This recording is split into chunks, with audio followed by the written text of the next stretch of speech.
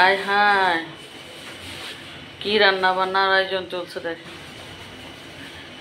আসসালামু আলাইকুম প্রিয় ভাই বোন, ছেলে মেয়ে, কলিজার টুকরা, নাতি নাতনি, আর কি কি আছে তা তো জানি না, বাকিগুলি এখনো হয় নাই। আয় হায়, পাকঘরে এসে দেখি আমাদের বুয়া আজ খিচুড়ি ভুনা খিচুড়ি রান্না করতেছে। সে কিছুই বলে না, দেখছেন কি অবস্থা। এই তোর কি সমস্যা, তুই বলস না কেন? তুই যে রান্না বসাইছস, খিচুড়ি রান্না হচ্ছে। আর এই যে এখানে কি গোস্ত ভাজি করবে দেখেন, গরুর গোস্ত কতগুলিকে পিস পিস করে নিছে। এই যে এখানে নাকি পিঠা বানাবে, পাক্কন পিঠার আটা করে নিছে। তারপর বানানোর সময় একটু দেখিয়ে দিব আপনাদেরকে। গরম পানির সিদ্ধ, চায়ের পাতিল খালি ফেলে রাখছে।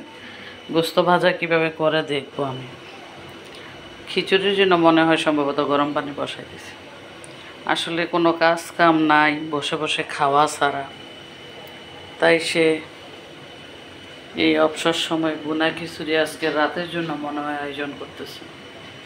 গোস্ত ভাজা করবে, ডিম ভাজা করবে, ওইটা খাওয়ার আগে গরম গরম ভেজে নিলেই হলো।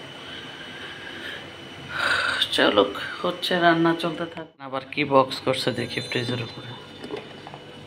এই যে শ্যামের জর্দা, এটা আমাদের সবার খুব পছন্দ, নারকেল দিয়ে ঘিয়ে ভাজা শ্যামাই। এটা স্বাদ খুব পছন্দ করে, আমারও খুব ভালো লাগে। আসলে ঘরে বসে থাকলে অনেক রকম খেতে হয়, একটু পর পর। নানার স্টাইল দেখেন,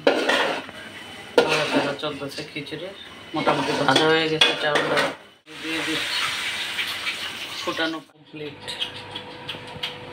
চলে আসছে টেবিলের সামনে।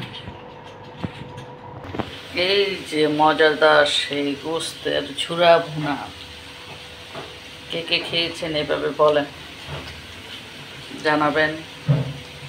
অনেক মজাদার এই গোস্তের ঝুরা ভুনাটা। এটা ভুনা খিচুড়ি দিয়ে দারচিনি এলাচি বাটা দিছ, এটা কি গোলমরিচ, এটা অনেক সময় নিয়ে আস্তে আস্তে ভাজা হবে। মরিচের গুঁড়াটা দাও না, অনেক সময় লাগবে এটা ভাজতে।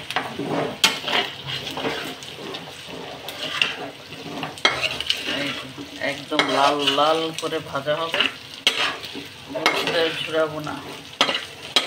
কি যে মজাদার, না খেলে মিস করবেন। যাদের ঘরে গোস্ত আছে ভেজে খেয়ে দেখবেন। এটা আর ভুনা খিচুড়ি শুকনো শুকনো, পেঁয়াজ লেবু দিয়ে। তো ঠিক আছে, রান্না চলুক, আমরা চলে যাচ্ছি। আজকের মতো এখান থেকে বিদায় নিয়ে নিচ্ছি। আজকের রান্নাবান্না কি হলো, ভুনা খিচুড়ি, তারপর গোস্তের ঝুরা ভুনা, শ্যামাই, স্যুপ, বহুত কিছু হয়েছে। ওকে, আল্লাহ হাফেজ, আজকের মতো বিদায়।